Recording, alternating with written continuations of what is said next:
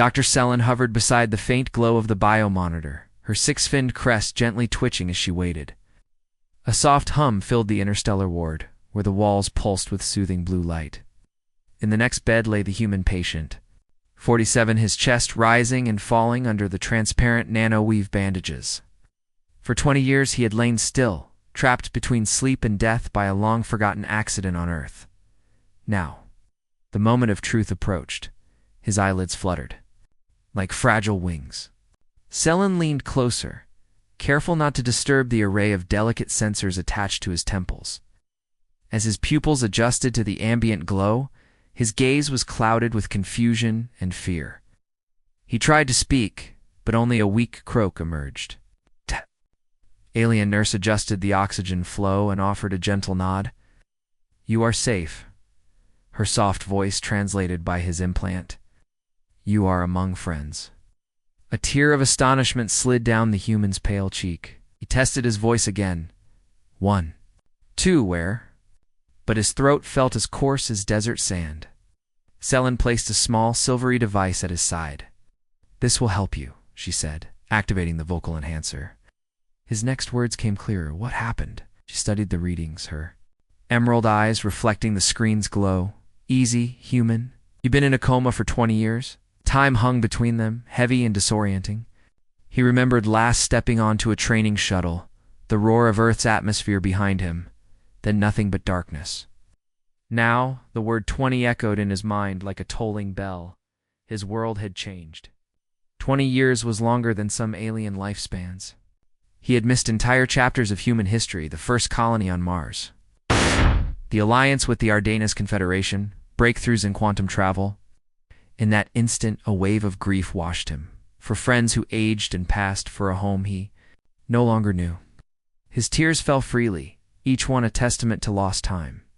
Selin reached out, her slender hand hovering inches above his wrist. Though her species did not share human empathy in the same way, she recognized its power. She did not speak again, but her presence was warmth itself. The heart monitor's steady beep matched his new rhythm. Shock, sorrow, curiosity. He drew a slow breath, as if inhaling life for the first time. The ward doors slid open, and to Junior. Medtechs arrived, carrying datapads. They spoke in hushed Ardanis tones, but their words translated instantly for him. "Vitals stabilizing," one reported. "Neurological scans show adaptation to alien biotech implants." The other smiled, her blue-green skin marked with delicate filigree, Tatuzan said. "He's responding quicker than any human we've treated." Their excitement was gentle, respectful. Patient 47 blinked as facts streamed into his vision via the mini-projector built into his implant. News headlines scrolled. Humanity had joined an interstellar council. Earth celebrated first contact anniversaries.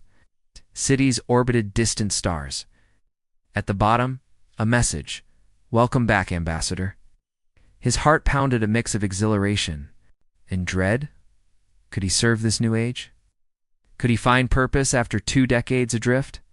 A surge of determination rose within him, forced himself to sit up, muscles screaming in protest.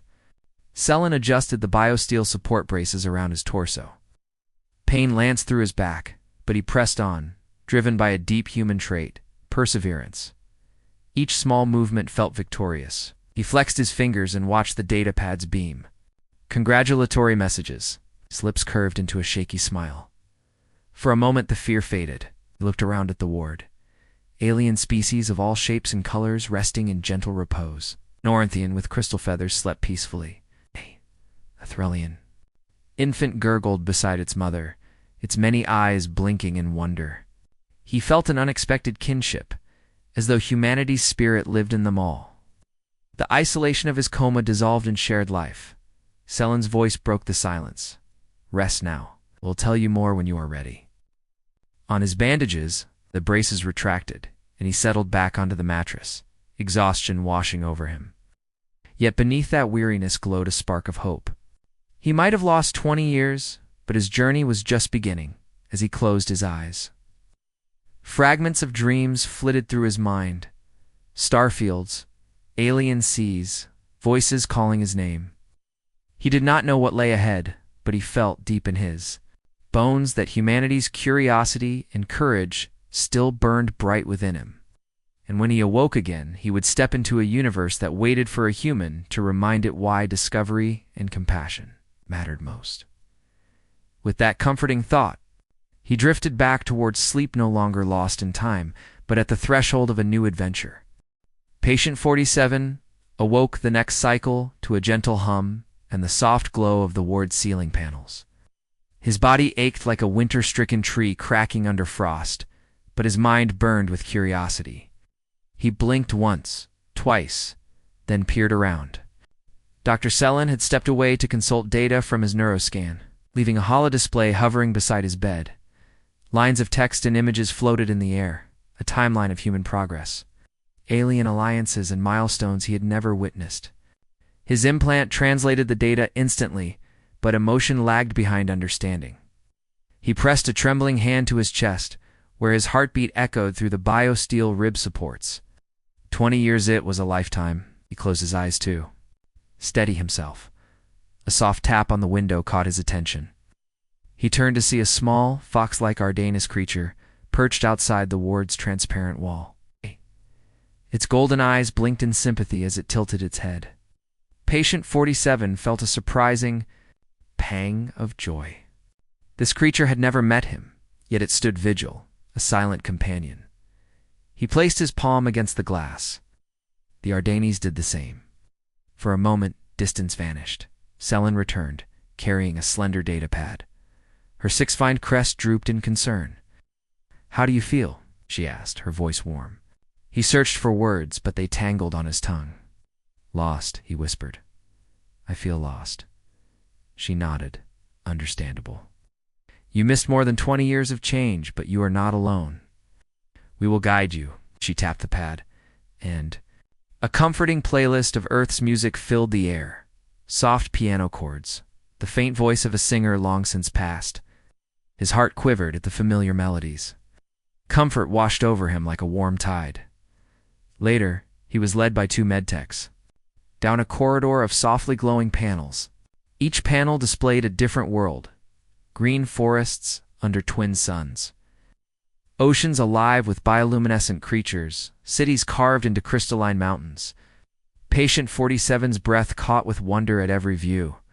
He had trained for exploration, but this was beyond any simulation. They arrived at a lounge filled with an eclectic mix of beings. At a low table sat a Thralian artist, sculpting shapes from levitating light. Nearby, a Jovian scholar adjusted crystal prisms that sang when the light passed through them. Paused to watch as the human entered. He felt eyes upon him, curious. Hopeful, welcoming, one alien approached, a gentle Orinthian whose crystalline feathers shimmered like dawn. She offered a small translucent flower. "Welcome back," her translation read. Patient 47 accepted it with reverence. Placing it on the table beside him, he bowed his head, moved by the gesture. He seated himself on a soft cushion, unsure what to say. The lounge fell silent as Dr. Selin spoke softly through his implant. "Here you can learn and share. Ask questions." Our words encouraged the human's lips to form a tentative smile. He cleared his throat, mind racing. What happened to Earth? The question felt too vast. He closed his eyes, picturing blue oceans and green continents he once knew. An alien beside the Jovian scholar, its skin mottled like desert stone, leaned forward. Its Holly implant projected a live feed map of Earth. "Earth thrived," it said in the gentle tone of the universal translator. "Climate restored, oceans healed, new cities rose among the forests. Humanity united under a peaceful council." Patient 47's eyes filled with tears of relief.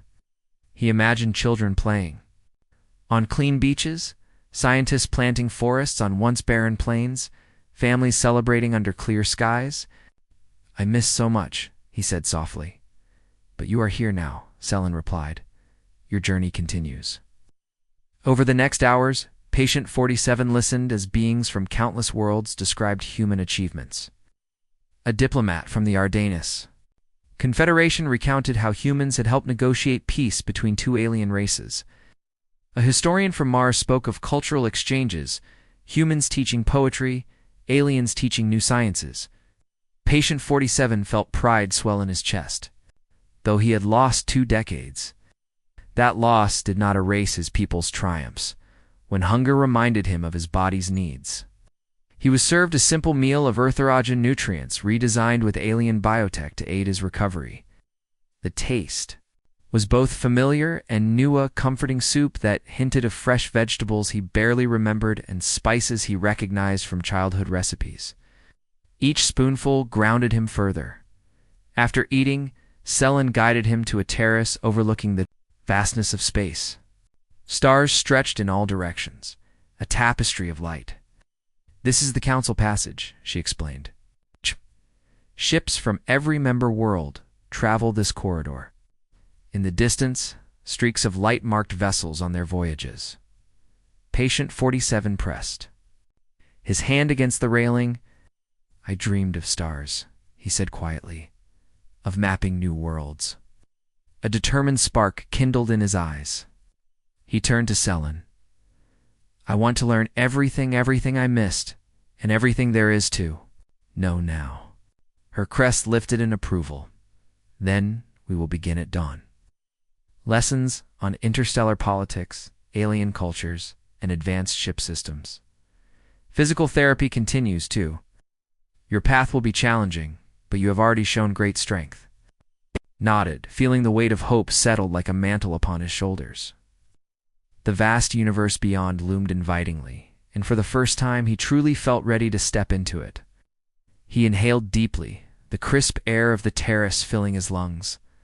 Though time had slipped past him like sand through fingers, he was determined to grasp the future, as the lights of the Aurelia shimmered around him and distant stars beckoned. Patient 47 felt the pulse of possibility. He was lost no longer. He was exactly where he needed to be. And when dawn came, he would rise to meet a universe waiting for humanity's boundless spirit. Patient 47 awoke before dawn, his mind still humming with new information. The ward's soft lights guided him to the rehabilitation chamber, where rows of medical exosuits stood ready. Each suit was woven from biosteel fibers and linked to neural interfaces designed to help rebuild muscles that had lain dormant for 2 decades. He stood before the nearest suit, breathing deeply. His body trembled with weakness, but his spirit burned bright with determination. Dr. Selen and two medtechs greeted him there. One adjusted the exosuit straps around his shoulders, the other synchronized the neural interface. "Take it slow," Selen advised. "Listen to your body." Patient 47 nodded, recalling years of military training. He recalled how he had learned to push past pain for survival. Now, he would apply that same will to relearn basic movement. The exosuit hummed as systems powered on. Patient 47 raised his hand, and the suit's actuators guided it upward. A spark of triumph lit his chest. He flexed his fingers. The suit responded smoothly. Then he attempted a step forward. His legs responded with robotic precision, but his core trembled. Pain lanced through his back, sharp as lightning. He bit his lip, fighting tears of frustration. Selen hovered close, her crest flicking with concern. "You're doing well," she encouraged. "Rest if you need to." Patient 47 forced a shaky smile. "I want to keep going." With shaky breaths, he took another step, then another. Each movement was a small victory, a testament to human grit. Around him, the medtechs recorded data, their translated whispers filled with awe. After an hour, the suit powered down. Patient 47 sank onto a padded bench, sweat beading on his brow. His muscles burned like embers, but his heart soared. He looked at Selen. "Thank you," he whispered. She offered a gentle nod, her presence a steady anchor. Beyond the chamber's glass walls, other patients watched. An Ardena soldier with 3 arms, a Jovian scholar with crystalline skin. They nodded in silent respect. Later, the medtech showed him the session's data on a holo display. Muscle response times had improved by 15%. Neural pathways were re-establishing faster than predicted. The lead tech, a blue-tailed Ardanus named Laura, smiled broadly. "Humans heal quickly," she said. "Your body remembers movement." Patient 47 felt a swell of pride. Even in weakness, humanity's resilience shone through. Over the next few cycles, his routine grew stronger. Mornings began with exosuit training. Afternoons brought light resistance exercises in the zero-gravity pool. Water buoyed his limbs, easing pain as he learned to swim strokes he had forgotten. Each session ended with data reviews highlighting steady progress. With every improvement, Patient 47's confidence grew. One evening, Selin invited him to the ward's common area. There, she introduced him to other long-term patients who had recovered, an Orinthian engineer who now designed starship engines, a Threlian diplomat who brokered peace treaties. They all bore stories of pain and determination. Patient 47 listened, captivated by their journeys and the human-like hope in their eyes as he prepared for sleep that night. Patient 47 reflected on his progress. 2 weeks earlier, he could barely lift his arm. Now he could walk 10 paces unassisted and swim laps. In the zero-G pool, his body ached, but his spirit burned even brighter. He had faced darkness for 20 years. Now he found light in each small achievement. He lay back on his bed, muscles sore, but soul uplifted. In the gentle glow of the ward's lights, he whispered, to himself, "I can do this." Beyond the windows, stars pulsed in silent encouragement. Patient 47 closed his eyes, comforted by the steady rhythm of the ward and the knowledge that, for humanity, adversity was just another step toward greatness. Tomorrow, he would rise against, stronger, wiser, and more determined than ever. Patient 47's next lesson began in the ship's cultural dome, vast chamber bathed in soft light. Dr. Selin led him down a corridor whose walls shifted like living canvases, each panel showing an alien landscape or work of art. Patient 47 felt his breath catch as he entered the dome. Towering sculptures of light floated above arches, and walls of living crystal played faint melodies when touched. He stood still, heart pounding with wonder. Selin gestured to a row of circular platforms. At the dome's center, "These are immersion stages," she explained. "Each one brings you into another world's culture. You will experience their art, music, and stories." Patient 47 nodded, eyes bright with excitement. His body had grown stronger, but it was his mind and spirit that now yearned to learn. On the first platform, he placed his hands on 2 glowing pads. Instantly, the room faded away, and he found himself in a forest of giant bioluminescent trees. Soft, flute-like music drifted through the air, and creatures with feathered wings danced among the trunks. Patient 47 gasped at the graceful shapes saliens moving like living ribbons. He felt tears sting his eyes at their beauty. The simulation ended gently, and he stood blinking in the dome's light, his heart full. The second platform invited him to a visual art gallery. Holographic paintings shifted and changed form, a field of red flowers that turned into waves. A portrait whose eyes followed him with kindness. Patient 47 reached out, and the painting responded, rippling like water beneath his fingertips. He smiled, marveling at the connection between artist and viewer. He thought of Earth's art museum static and silent by comparison, and felt both pride and curiosity. Next came music. On the third stage, a circle of instruments sat waiting. Crystalline harps, wind tubes that sang without breath, drums that pulsed like living hearts. An alien musician approached, her skin shimmering gold under the dome's lights. She offered Patient 47 a small, glowing mallet. "Try," she encouraged. He struck the drum tentatively, and the sound that emerged was low and warm, like distant thunder. Each tap created ripples of color in the air, painting sound as light. Selin watched with a gentle smile. "Music is a universal language," she said. "Share with them your human song." Patient 47 thought of Earth's classics. He closed his eyes and began humming the melody of a human lullaby, soft, simple, full of longing and hope. The alien musician listened, then joined him with a gentle hum of her own. Their melodies intertwined, and in that moment, Patient 47 felt two cultures weave into one. After the music stage, Selen guided him to a storytelling alcove. Comfortable chairs circled a glowing orb at the center, an alien elder with soft violet skin began to speak in rich, slow tones. His words were translated for Patient 47, tales of a planet where the sky cracked open, each year to reveal twin moons that rained silver dust. The elder's voice was gentle and wise, and as the story unfolded, Patient 47 imagined children dancing under the silver rain, their laughter echoing like bells. When the tale ended, Patient 47 shared a human legend, the story of Earth's first explorers who sailed across oceans without knowing what lay beyond the horizon. He spoke of their courage and wonder, of storms that tested them and stars that guided them. The orb glowed brighter as he spoke, as though hungry for human tales. When he finished, the alcove was silent, filled with shared respect.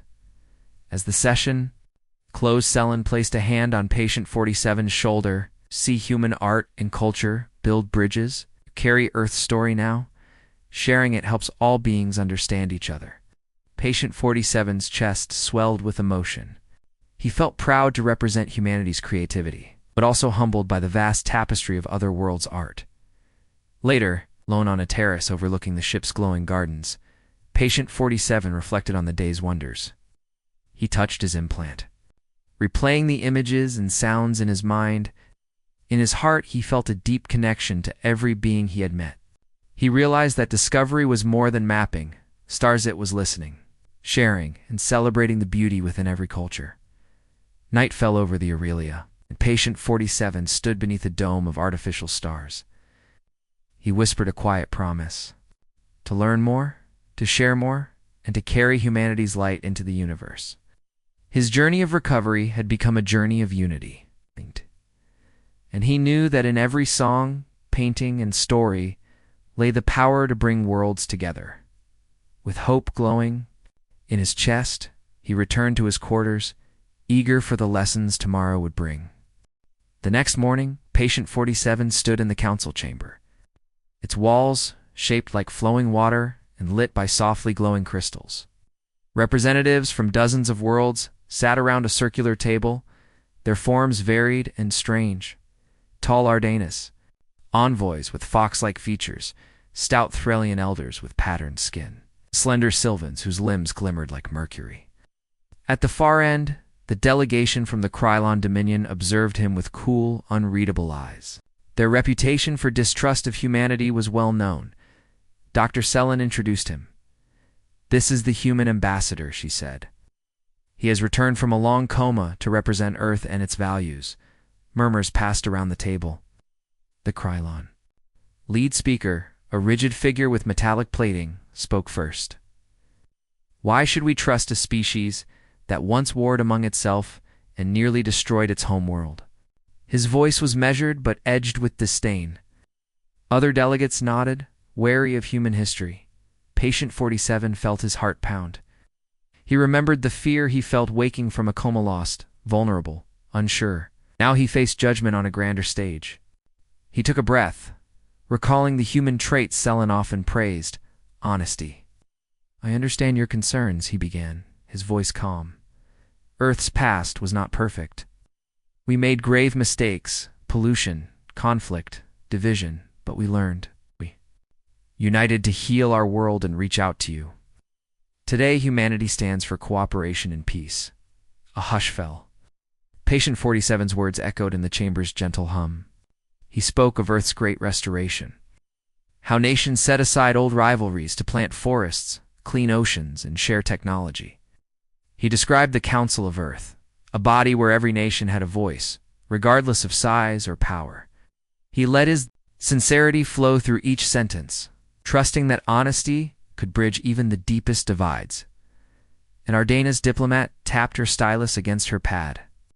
"Your words are hopeful," she said softly, "but words can hide truth," she projected. Images of human-built satellites broadcasting signals of goodwill, messages of art, music, and scientific data sent into space. Then she showed news clips. Humans aiding a flood-stricken alien colony. Teaching children on remote moons, sharing cures for new diseases. Actions speak too, she added.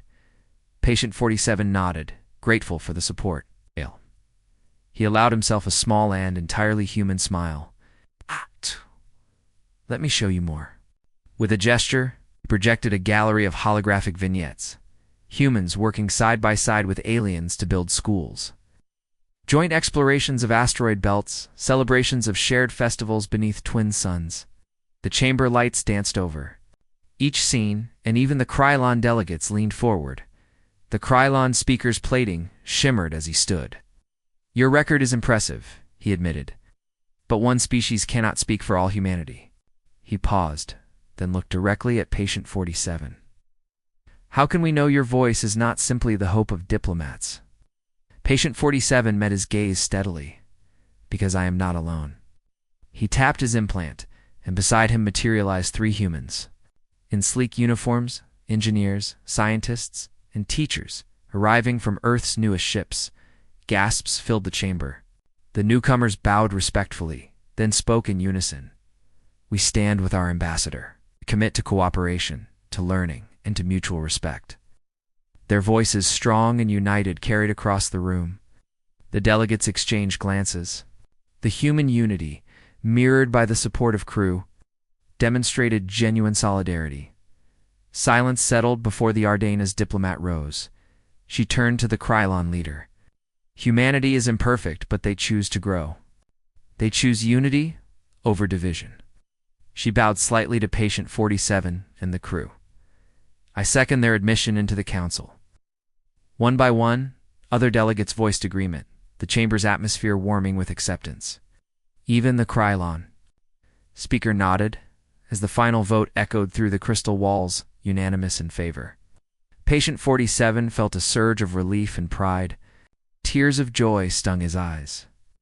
Not long ago, he had awakened frightened and alone. Now he stood at the heart of an interstellar alliance, his people embraced by former skeptics. He closed his eyes for a moment, honoring human resilience. Dr. Sellen placed a gentle hand on his arm. You have shown them the best of humanity. Patient 47 looked around the chamber, at faces once doubtful, but now smiling with respect. In that moment, he understood the true meaning of diplomacy. To listen, to share, and to offer one's heart with honesty. He bowed to the assembly. Thank you, he said simply. The chamber door slid open, and light flooded in. Patient 47 stepped forward alongside his fellow humans, ready to walk into the next chapter of cooperation. His heart brimmed with hope. If empathy and truth had won this day, then humanity's spirit would light the path for countless worlds to come. Patient 47 stood on the bridge of the Aurelia, looking out at the ribbon of stars stretched before him. His body had grown stronger in recent cycles, but it was the weight of responsibility now resting on his shoulders that made his heart pound. Behind him, Dr. Sellen and the human crew members he had met in the council chamber moved with quiet purpose. Preparing for the next leg of the ship's voyage, Sellen approached, her crest gently swaying. You have earned a choice, she said, her voice soft through his implant. You may return to Earth and resume your place in its council. Or you may remain aboard the Aurelia as part of the crew, exploring new worlds and representing humanity. Among the stars?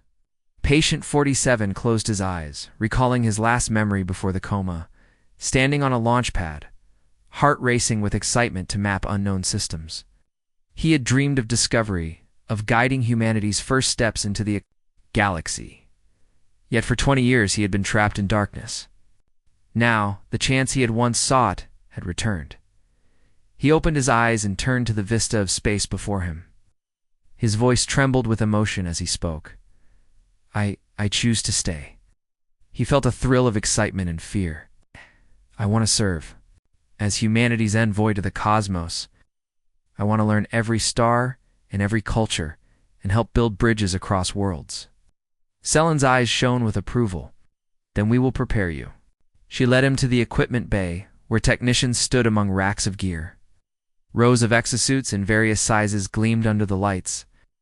Beside them sat advanced flight suits with built-in support systems, data modules, and adaptive interfaces. Patient 47's gaze landed on a custom suit. Its biosteel fibers patterned in Earth's blue and green hues. A technician named Laura handed it to him. "This suit is fitted for your body and neural interface," she explained. "It will help. You withstand G-forces, endure long shifts in zero-G, and interface with both human and alien systems." Patient 47 ran his hand over the suit's smooth surface, marveling at its design. It fit like a second skin, a fusion of human engineering and alien technology. Next came the knowledge upload. In a quiet chamber, Patient 47 sat in a reclined chair while data conduits connected to his implant. Holographic displays hovered around him, listing subjects: advanced astrophysics, alien languages, interstellar law, and cultural protocols. Selen stood by, guiding the flow of information. Images and diagrams streamed into his mind, star maps with new constellations, symbols of diplomatic protocols used by distant races, diagrams of ship systems that controlled warp drives and shield, matrices. Each download felt like a spark, lighting up corners of his brain that had lain dormant for decades. He marveled at how easily his mind adapted. Hungry for knowledge the way humans always had been, after hours of uploads and calibrations, Patient 47 sat up, blinking at the displays. He tested his new skills, reciting the words of greeting in 5 alien tongues, running simulated navigational drills, and analyzing energy readings from a distant star system. Each exercise he passed with growing confidence. When he finished, Selen smiled. "You are ready." That evening, Patient 47 visited the crew's mess hall. Humans and aliens dined side by side, Orinthians with glowing plumage, Jovian scholars with crystalline skin, and Ardena's engineers sharing tales of wormhole experiments. The human crew greeted him warmly. One offered a bowl of spiced broth from Earth's northern regions. Another shared a sweet fruit native to the planet Syndra. He tasted each dish with delight, savoring flavors both familiar and new. A young engineer named Mari leaned forward. "We're charting an uncharted sector next week," she said, eyes shining. "Will you join the mapping team?" Patient 47 felt excitement surge. "I would be honored." He looked around at the smiling faces, his new colleagues, his friends. He realized that in choosing to stay, he had found a purpose greater than any he had imagined. Back in his quarters, Patient 47 placed a small photo on his desk, a faded image of Earth's blue oceans and green forests. Taken before he fell into the coma, he traced its edges with his finger, and he looked out at the stars again, the ribbon of light beckoning. His heart swelled with gratitude. Though he had lost 20 years, he had gained a mission that would shape the next 20 and beyond. As he prepared for sleep, he whispered into the darkness, "Thank you, Selen. Thank you, universe." He felt not sadness for the time lost, but hope for the time ahead. Tomorrow, he would step onto the mapping vessel with his crew, chart unknown worlds and cultures, and carry humanity's light into the void. With that promise held close, Patient 47 closed his eyes. The stars outside whispered of adventure, of new friends yet to meet, and discoveries beyond imagining. Ashchest! The steady beat of his human heart matched the endless pulse of the cosmos. He had a purpose once more, and this time, nothing could hold him back. The mapping vessel Artemis detached from the Aurelia at dawn. Patient 47 now, Captain Rylan has stood on its observation deck, feeling the gentle hum of the engines beneath his boots. Through the transparent hull, the cosmic tapestry stretched endlessly, swirling nebulae, distant suns, and the soft glow of uncharted worlds. His chest swelled with a proud calm. He remembered the frightened man who first awoke.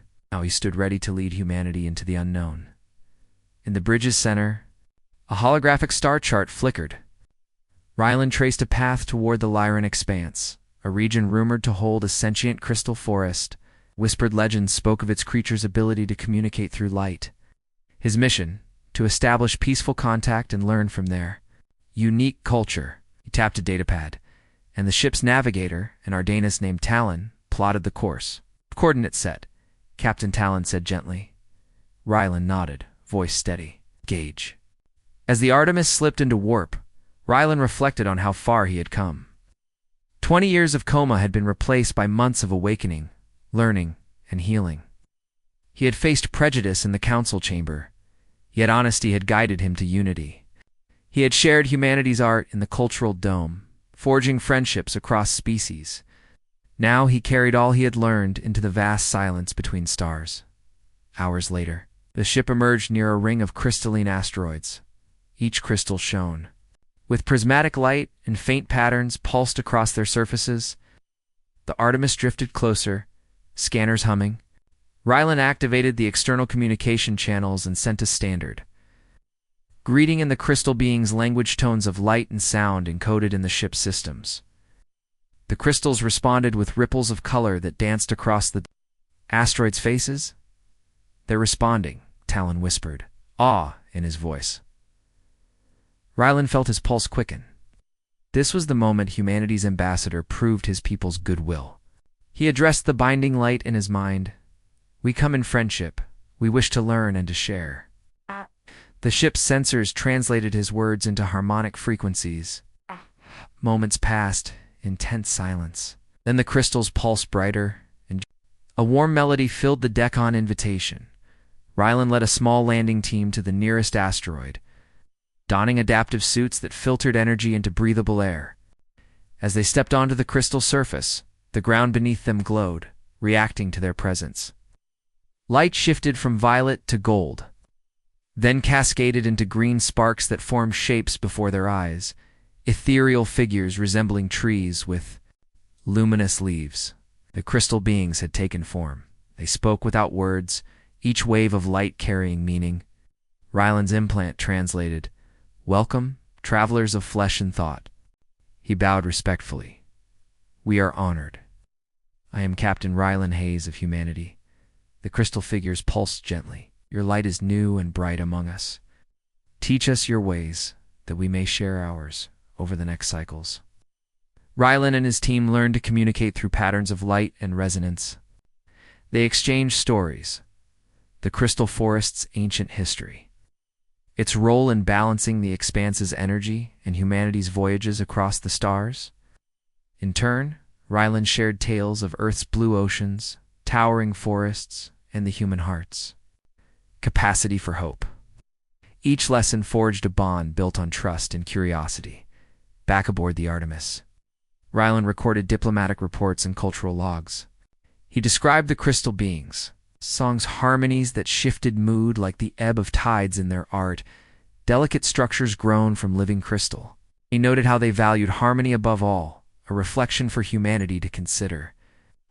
He wrote he felt a deep sense of purpose, to carry these lessons back to the Council and to Earth itself. On his final day with the Crystal Forest, Rylan organized a joint ceremony on the asteroid's peak. Humans and crystal beings gathered under the expanse's twin suns. Rylan stepped forward, placing a simple crystal prism, a gift from the forest, into a carved pedestal. Bay spoke, "May this prism remind all worlds that light and harmony guide us." The forest pulsed, enveloping them in a soft glow. It was a promise of friendship across species. When Rylan returned to the Aurelia weeks later, he carried more than scientific data. He carried the crystal forest's trust and a vision of unity. In the council chamber, he presented his report. A new member species ready to join the Interstellar Alliance. The delegates listened, captivated by his passion and the living prism he displayed. When he finished, the chamber erupted in approval. Humanity's ambassador had fulfilled his mission that night. Rylan stood on the Aurelia's bridge, gazing at the constellation where the crystal forest lay. Dr. Selin joined him, her crest softly glowing. He handed her a small prism, its facets. Catching the light, "Thank you for guiding me," he said, voice full of gratitude. She touched his arm gently. "You have reminded us all why humanity's hope and courage matter." As stars drifted by, Rylan felt a profound peace. It stepped from darkness into a universe of light, sharing humanity's story and embracing others in return. New challenges lay ahead, new worlds to explore, conflicts to mediate, but he also knew that with honesty, empathy, and resilience, humanity's ambassador could help weave a tapestry of unity across the stars. And so, with hope shining in his heart, he turned away from the view and prepared for the next voyage, ready to illuminate the cosmos with the human spirit.